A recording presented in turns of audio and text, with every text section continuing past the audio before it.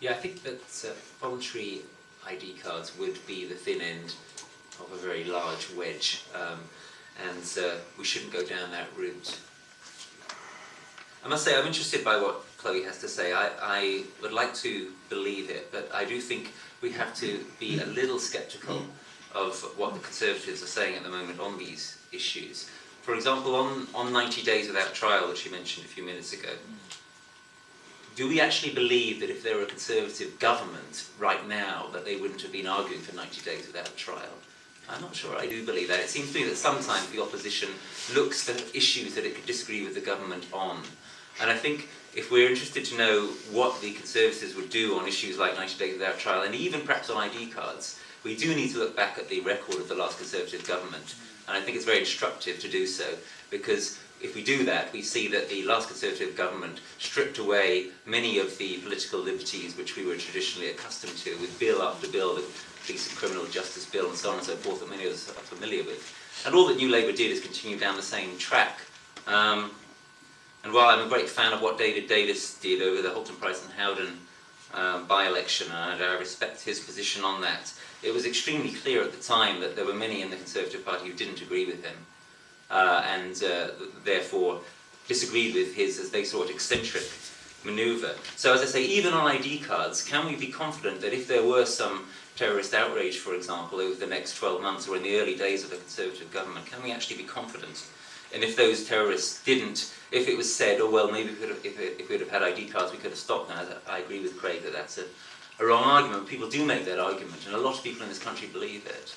Can we be confident that the Conservatives wouldn't turn around and say, well, maybe it's not such a bad idea after all?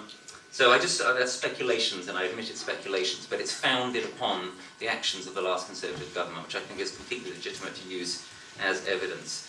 So as I say, I think on the one hand we have to stand resolutely in favour of political and civil liberties in this country. But we have to notice that on the other hand, any attempt to extend that into a general argument in favour of freedom in the economic sphere is not necessarily such a good idea. For example, we have to bear in mind that actually the risk of the information, the enormous amounts of information that commercial organisations have upon us being used is actually, irrespective of ID cards, there are commercial organisations in this country that know vast amounts about the life of almost every single person in this room. And we sometimes hear people from the political centre or right railing against infringements upon liberty, while, as I say, in terms of some of their actual practice in government, acting in a very authoritarian manner, but not railing against the actions of commercial organisations whose liberties they wish to protect. And as a Green, I think it's much more important to constrain sometimes the activities of commercial organisations in order that we as individuals can actually have a free and decent life. So it's enormously complex, this debate. Even one more complexity before I pass on. The database state. Again, I totally agree that insofar as the database state infringes upon our political and civil liberties, it's a bad thing.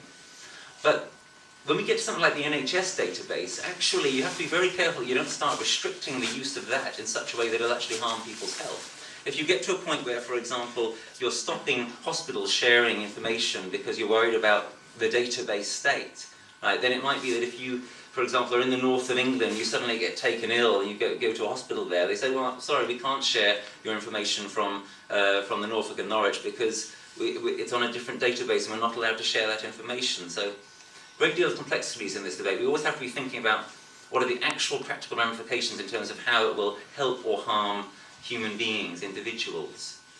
That's my thought on your question. Can someone please tell me the point of ID cards, non-compulsory ID cards, voluntary ID card? What on earth is the point? I have one. I've got a driving licence, I've got a passport, I've got my co-op card. You know, I have voluntary ID. Plenty of it, thank you very much. What is the point in wasting billions, and we're talking billions of pounds of our money on something that is a complete and utter waste of time, no use to anyone, and will do nothing to prevent terrorism, which I assume is why Labour government is going down this route. You'd be better off with more police, you'd be better off with a better health service, you'd be better off putting it into education so that our kids don't get off the rails at an early stage, which is what's happening. We've got 1 in 5 of our children leaving primary school unable to read and write. I think that's outrageous. The situation you've got now is if you've got a criminal record at a young age, your life is marked forever. That's how we've got. Your life is marked forever. You can't get a job with children, you can't get a job in the health service, you can't get a job with old people. For a small misdemeanour that ends up with a record, you are marked for life, and I think that's outrageous. I'd like to see that stopped. I've got 4 children, I'm very lucky, they've never got into trouble. But plenty of us remember doing things that perhaps would have been passed over years ago, not anymore. It's just something, someone brought something up about anti-drug laundering, anti-money laundering laws, and it's very relevant for business, because now when you run a business, if you're paying money in, every time you pay that money in, you're asked what it's for. It's very, very restrictive for small businesses. Thank you. Well, my biggest point is, why do we need so many databases? It's become a bit like a mobile phone in a way. We've all become reliant on mobile phones, but we all seem to be reliant on these databases. I think they should be very limited in their number and very selective on the people who actually have access to them. I was an I'm an ex-soldier.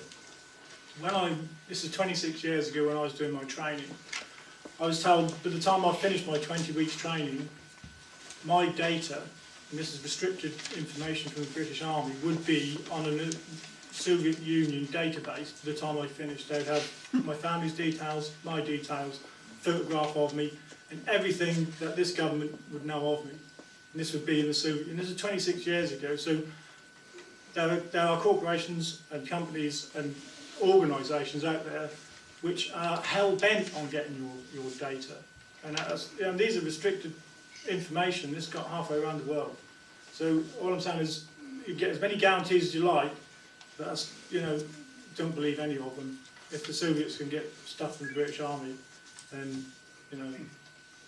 you're open to abuse in this country, and especially being in the European Union, which we are very much against. This is a European-wide database.